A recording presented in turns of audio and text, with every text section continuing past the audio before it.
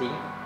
Blessed Jesus, at thy word, we are gathered all to hear thee. Let our hearts and souls be stirred, now to seek and love and fear thee. By thy teaching sweet and holy, drawn from earth to love thee solely.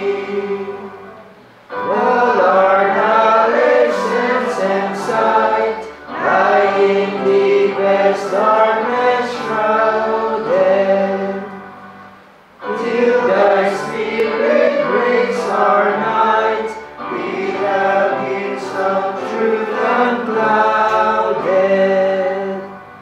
Thou alone to God canst bring us, thou must work all good within us. Lord, restore thyself, impart light of life from our seeking. Open thou our ears and heart, help us by thy Spirit's pleading. Hear the cry thy people raises, hear and bless our praise and praises. Father, Son, and Holy Ghost, praise to thee and adoration. Grant that we thy word may trust and obtain true consolation. While we here below must wander, till we sing thy praises wonder.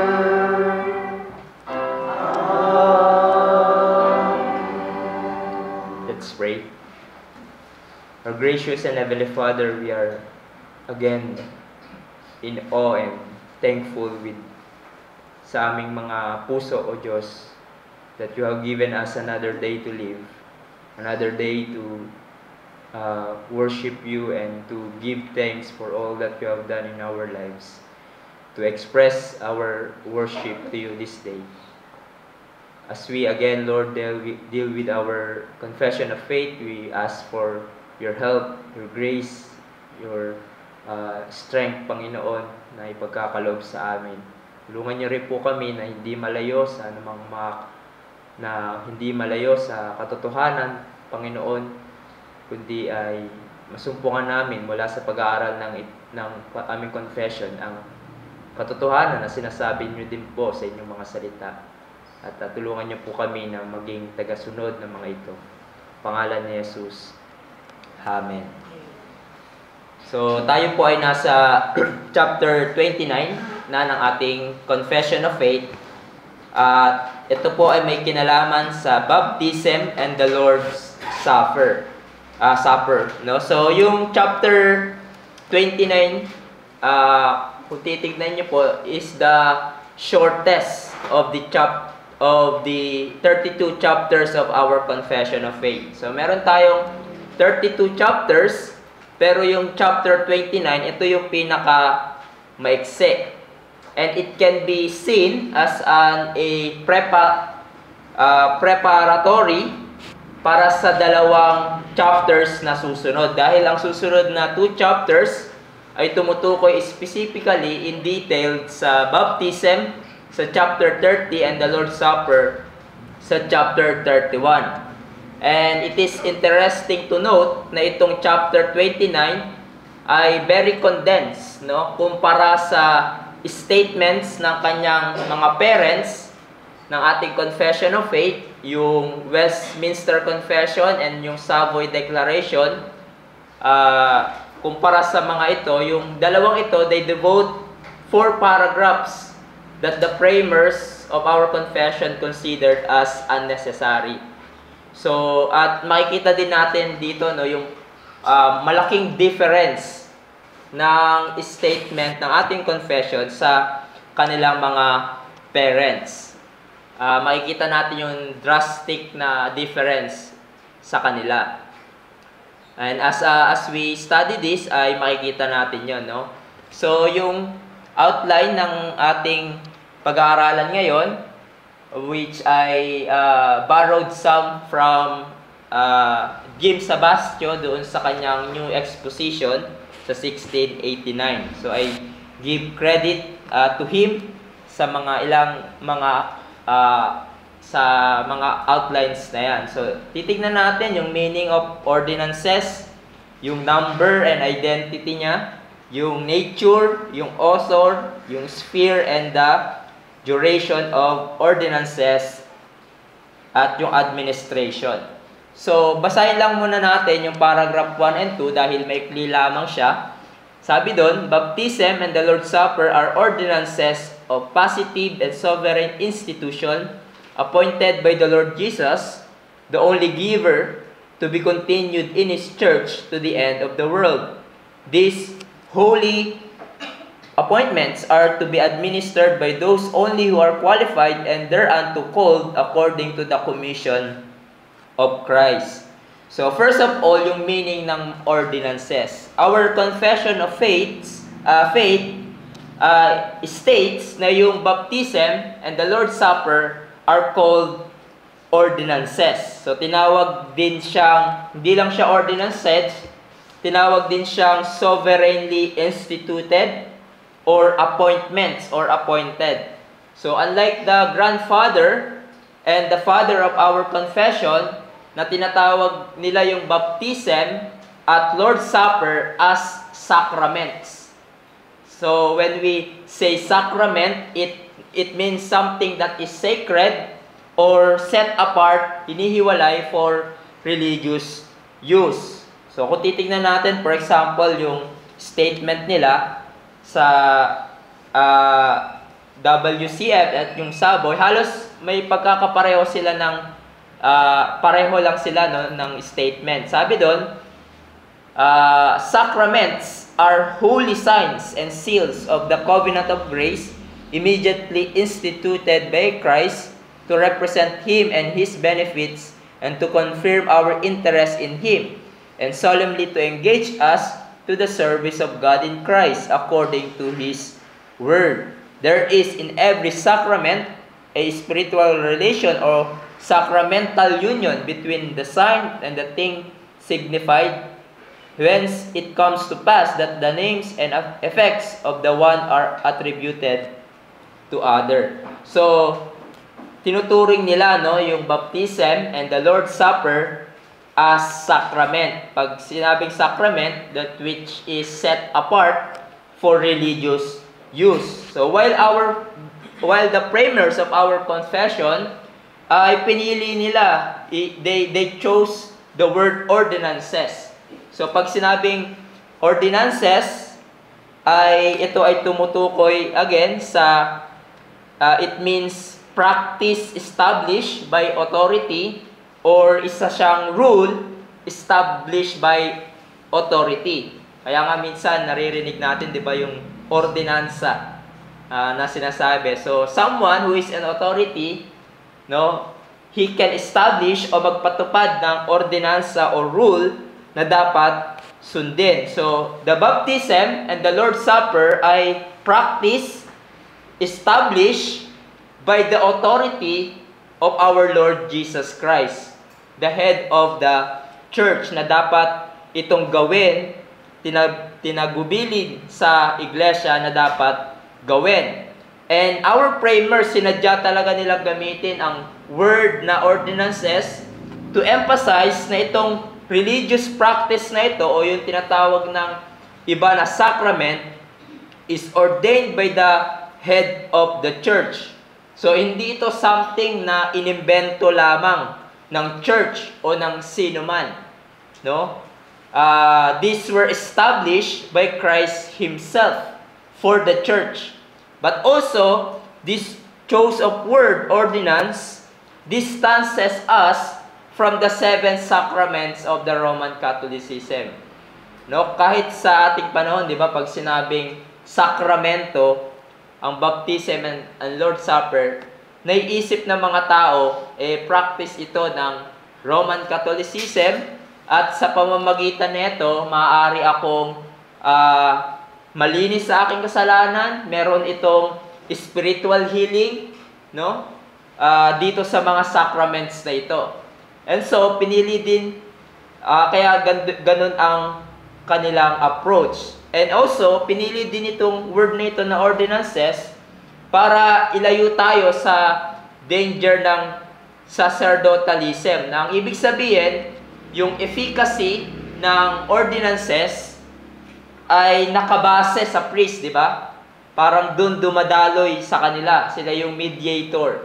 Sa pamamagitan nila, it will be effective yung sacraments or sa pamamagitan ng ministers. So that's why the framers chose, no, wisely this word ordinance to emphasize na ito ay to distance ourselves to seven sacraments of Roman Catholicism and sacerdotalism, at ito ay ine-emphasize dito na tinaguyod ito ng Diyos on the basis of Christ's authority. Okay, and then yung number and identity of ordinances. So in-assert ng ating confession, there are only 2 ordinances. So dalawa lamang, hindi 7. There are only 2 ordinances that Christ authoritatively given to the church, yung baptism and the Lord's Supper. Yung Roman Catholicism, they established 7 sacraments, di ba? Meron pa bang may kabisado na yan dito? Merong baptism, confirmation, yung marriage, yung confession, anointing of the sick, at yung holy orders na sinasabi nila. Okay? So, at ang authority ng pag-establish nitong mga sacraments na ito ay hindi galing sa Panginoon, bagkos galing sa authority ng popes and the councils of Roman Catholic Church. Ngunit, kung titignan natin sa Bible, dalawa lamang na ordinansa ang in-establish ni Christ for the church. Yung ibang churches, ewan ko kung na-encounter nyo na rin to, sinama din nila yung foot washing, no, as one of the ordinances in the church. And that conviction ay galing sa ginawa ni Jesus, 'di ba, sa John 13, yung ginawa ni Jesus sa mga disciples niya, kung pag-aaralan niyo 'yon, na hindi lamang na hinugasan ni Jesus ang kanilang mga paa. So, pero kung pag-aaralan natin maigi 'yon, hindi naman ginawa 'yon ni Jesus for the purpose na mag-establish siya mag-establish siya ng ordinance na magiging ongoing na dapat sundin sa church. Bagkos, ginawa ni Jesus yon, yung foot washing, to demonstrate yung servanthood, yung humility na dapat marka ng kanyang mga disciples. So, the Bible is clear that there are only 2 ordinances na binigay lamang ni Christ sa iglesia, baptism and the Lord's Supper. And then, there are proof texts for that. Yung Matthew 28:18, we are familiar with this, no? Yung Great Commission, sinabi doon, and Jesus came and said to them, all authority in heaven and earth has been given to me. Go therefore and make disciples of all nations, baptizing them in the name of the Father and of the Son and of the Holy Spirit, teaching them to observe all that I have commanded you, and behold, I am with you always to the end of the age. So, yun yung sa baptism. Sa Lord's Supper, we can look at Matthew 26 to 28, kung saan dito sinabi ni Jesus, Jesus took bread and after blessing, it broke it and gave to the disciples and said, take, eat this is my body. And he took a cup, and when he had given thanks, he gave it to them, saying, drink of it, all of you, for this is my blood of the covenant, which poured out for many for the forgiveness of sin. So, pagdating sa number and identity nila, there are only 2, baptism and the Lord's Supper. Yung pangatlo, tignan natin yung nature naman ng ordinances na ito.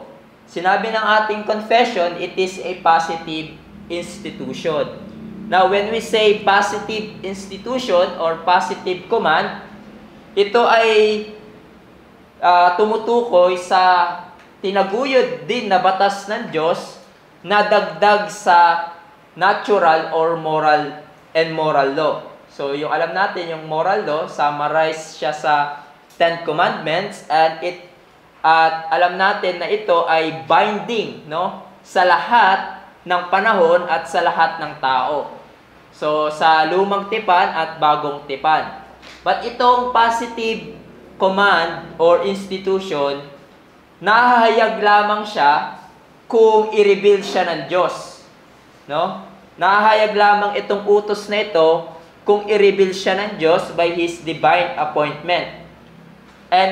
But then since tinaguyod siya ng Diyos, ito ay nagiging morally binding. Halimbawa, ito yung utos ng Diyos kay Adam and Eve. Yung huwag nilang kainin yung bunga ng tree of knowledge of good and evil. That's a positive command na hinayag para sa kanila na dapat nilang sundin. And so, sinasabi ng ating confession, yung baptism and Lord's Supper, positive institution siya na hinayag, ni-reveal by God's divine appointment sa New Testament.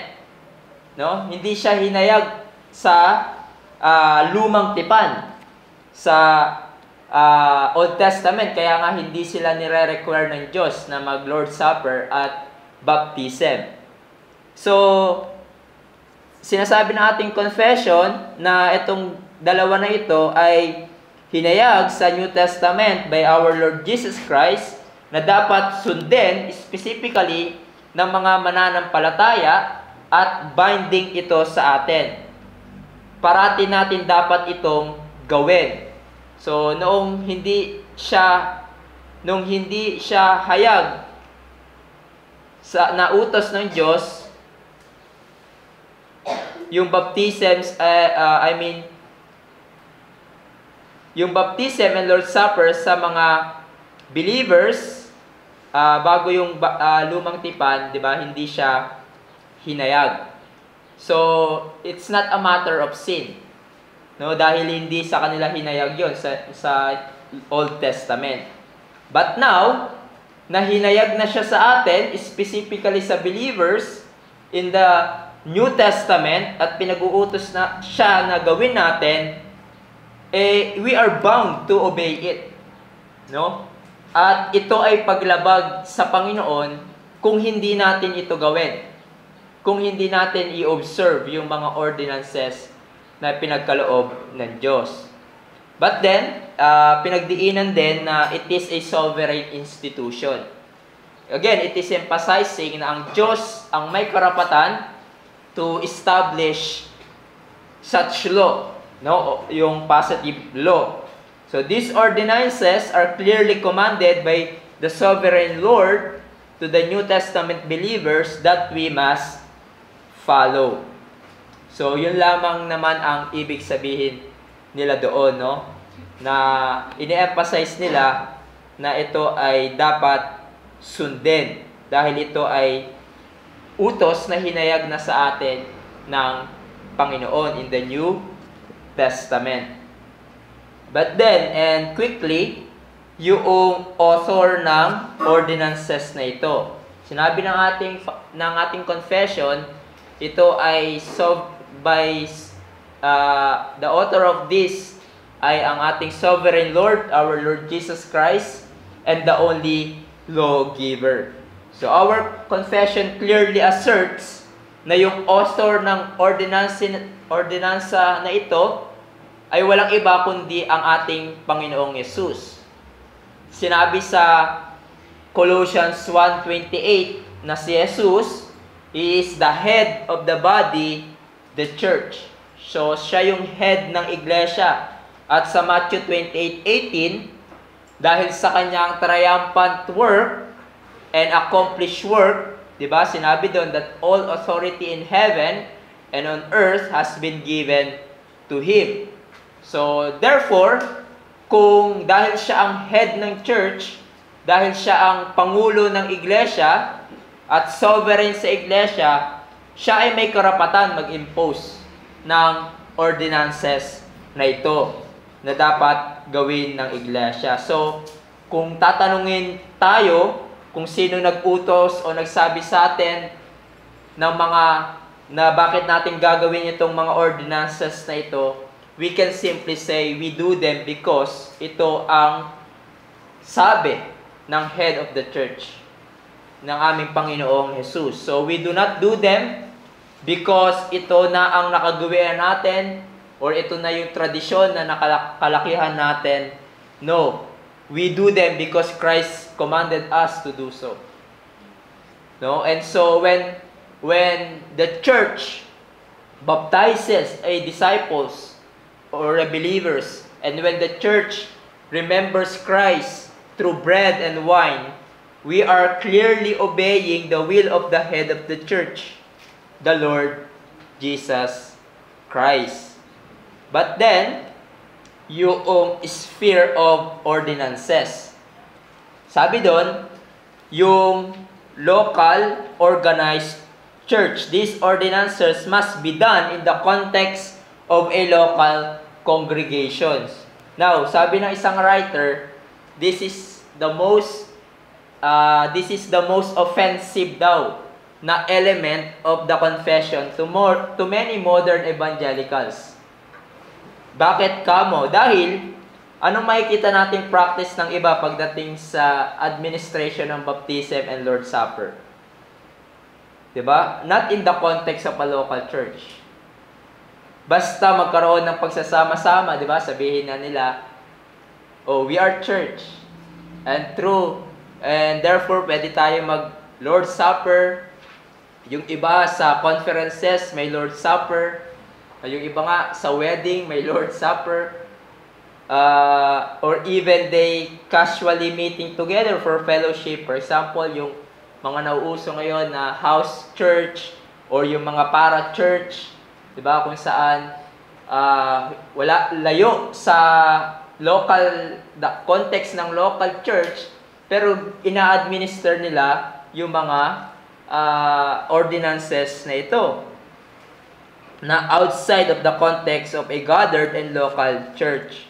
So, ang point dito ay these ordinances ay binigay sa local churches. Kahit nga kung titignan nyo yung Great Commission, hindi siya binigay for individual Christians. Binigay siya in the context of a corporate, yung church, yung magiging church, corporate church. So, hindi sa individual. So, therefore, these ordinances must be observed in the context of a gathered church.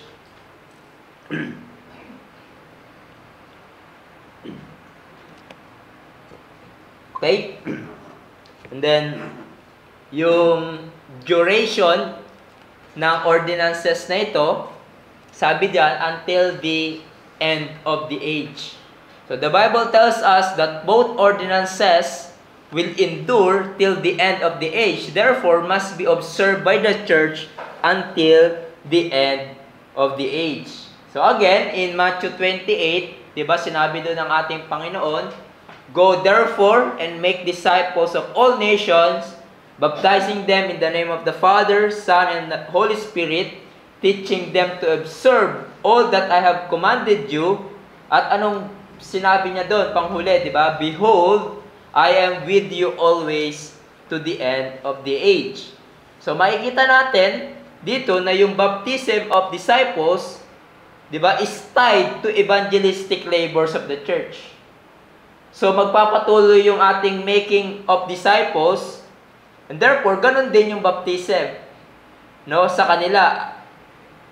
At tied din ito sa presence ni Christ with them until the end of the age. Now, tatanungin natin, saan ba tumutukoy yung end of the age? Well, kung titignan natin sa salita ng Diyos, it refers to the coming of our Lord Jesus Christ. So hanggat hindi pa dumarating si Jesus, ang church ay magpapatuloy na i-observe ang mga ordinances na ito. Okay? So same thing sa Lord's Supper. Diba? It says in 1 Corinthians 11:26, "For often as you eat this bread and drink the cup, you proclaim the Lord's death until He comes." So hanggat hindi pa dumarating ang Panginoon, magpapatuloy ang church to observe these ordinances. Okay? But there's coming a day, no, kung saan we will no longer need baptism and Lord's Supper. At ito ay sa pagbabalik ni Jesus. Okay?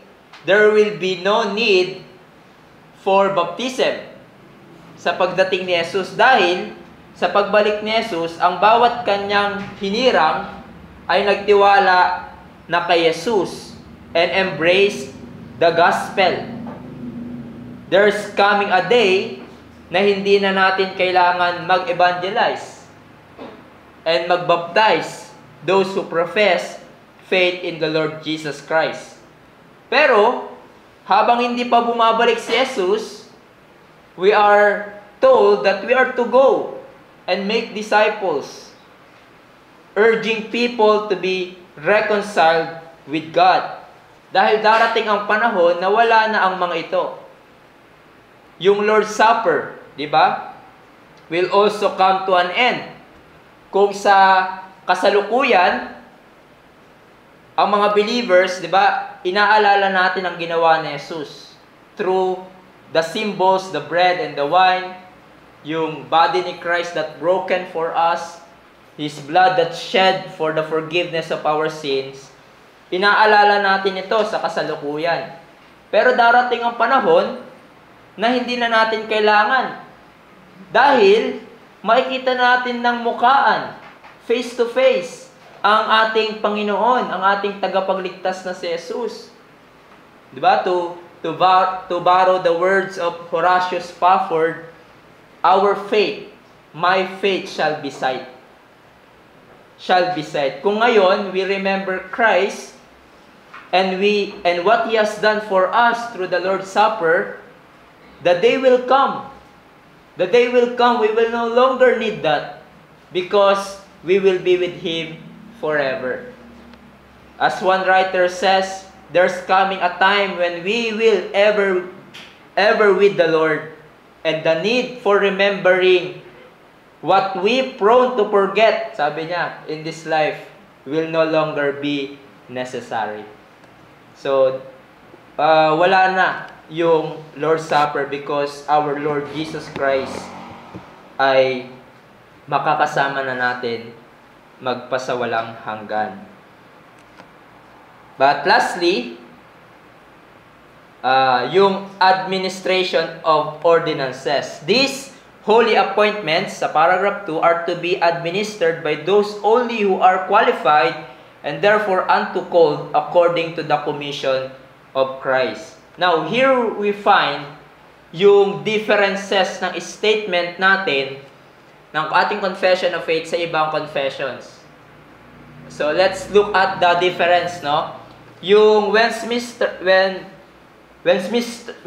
Confession of Faith at yung Savoy Declaration, ganito yung sinasabi nila. So una, ordinances are to be administered by ordained minister. Sabi nila sa kanilang confession, there be only 2 sacraments ordained by Christ our Lord in the Gospels, that is to say, baptism and the supper of the Lord, neither of which may be dispensed by any but a minister of the word, or lawfully called, or sa Savoy Declaration, lawfully called or ordained. Ordained pala sa Westminster, sa Savoy, lawfully called. So, sabi nila, ordinances are to be administered lamang sa mga pastor, sa mga ordained na minister. Yung first draft naman, yung First London Confession of Faith, yung 1644, Sa sinasabi nila, ordinances are to be administered by a preaching disciples. So, let's look yung sinabi nila doon sa article. Sabi doon, the persons designed by Christ to dispense this ordinance, the scriptures hold forth to be a preaching disciple, it being nowhere tied to a particular church, officer, or person extraordinarily sent, the commission enjoining the administration being given to them under no other consideration but as considered disciples. So, yan yung sinasabi nila na yun lamang mga preaching disciple yung ang maaaring magsagawa ng baptism and the Lord's Supper. Pagdating sa ating confession, sinasabi, ordinances are to be administered by those who are qualified and called according to the commission of Christ. So, kung mapapansin nyo, they are striving a balance here. No, sinasabi nila, not limited to ordained pastor, but hindi rin lang naman ito basta-basta sa kung sino lang nagpipreach. No? Now, tatanungin natin, dahil medyo parang malabo yung statement sa unang tingin, dahil tatanungin natin, sino ba yung qualified and called? Diba? Sino ba yung tinutukoy na yon? At yung proof text na ginamit nila, yung Matthew 28:19, surprisingly, at yung 1 Corinthians 4:1. Yung Matthew 28:19, alam natin yon, kinote natin kanina, go therefore make disciples of all nations, baptizing them in the name of the Father, Son, and the Holy Spirit. Now, like what I said, the Great Commission was given to the church corporately, not individually. At tatanungin natin, who then, according to the Great Commission, ought to be baptizing disciples kung ito ay binigay sa corporate or gathered church? Not every individual Christian, but those only with authority of the church ought to baptize. At yung 1 Corinthians 4:1, another proof text na binigay nila, this how one should regard us as servants of Christ and stewards of the mysteries of God. Now, using this text, makikita natin na these people ay hindi lang sinabing basta-basta preacher ng salita ng Diyos. Dahil ang ginamit na word, they are stewards. Mayroon silang katungkulan, nangangasiwa sila sa mga pinagkaloob ng Diyos. Meron silang katungkulan at nandun sila sa katungkulan na yon, like si Apostle Paul and at yung kasama niya pa, dahil sila ay mga qualified men and fitted in the task. Meaning, meron silang merong pagkatawag sa kanila sa pangangaral ng salita ng Diyos. At the same time, qualified men sila to lead. Qualified men sila to steward. And sinasabi ng at yung ibang nag-comment dito na mga writer, like for example si Sam Waldron, sinasabi nila dahil sa pagkagamit ng salitang qualified and called at yung stewards, yung salitang stewards from the proof text of our confession, ang naging conclusion ng iba, they may refer to elders and deacons. No, they may refer to elders and deacons. Dahil itong two offices na ito, tulad ng ating napag-aralan, meron silang calling, okay? Tinawag sila ng Panginoon to be leaders of the church. At the same time, merong qualification na pasado sila, kaya sila nagli-lead sa church. At kung titignan natin yung statement ng chapter 26 sa church, paragraph 8, ay medyo malilinawan tayo sa pagdating sa qualified men and called men to administer ordinances, that it may refer to elders and deacons. It says, a particular church gathered and completely organized according to the mind of Christ consists of officers and members, and the officers appointed by Christ to be chosen and set apart by the church, so-called and gathered, for a particular administration of ordinances and execution of power or duty which He entrusts them with or calls them to be continued to the end of the world as bishops or elders. So magkapareho lamang yon, and deacons. So, yun, no? Yung tinutukoy na qualified and called, it may refer to elders and deacons na sila ang mag-a-administer ng ordinances. But then, tulad ng pag-aaral na natin sa chapter 26, they may also refer to gifted men and fitted by the Holy Spirit and approved and called by the church. So, di ba, napag-aralan natin na merong mga men, lalo na sa pagtuturo, merong men na kahit hindi sila pastor, ay kinikilala sila ng church na qualified at called na magturo. At sinabi ng confession natin na although it be incumbent on the bishop or pastors of the churches to be instant in preaching,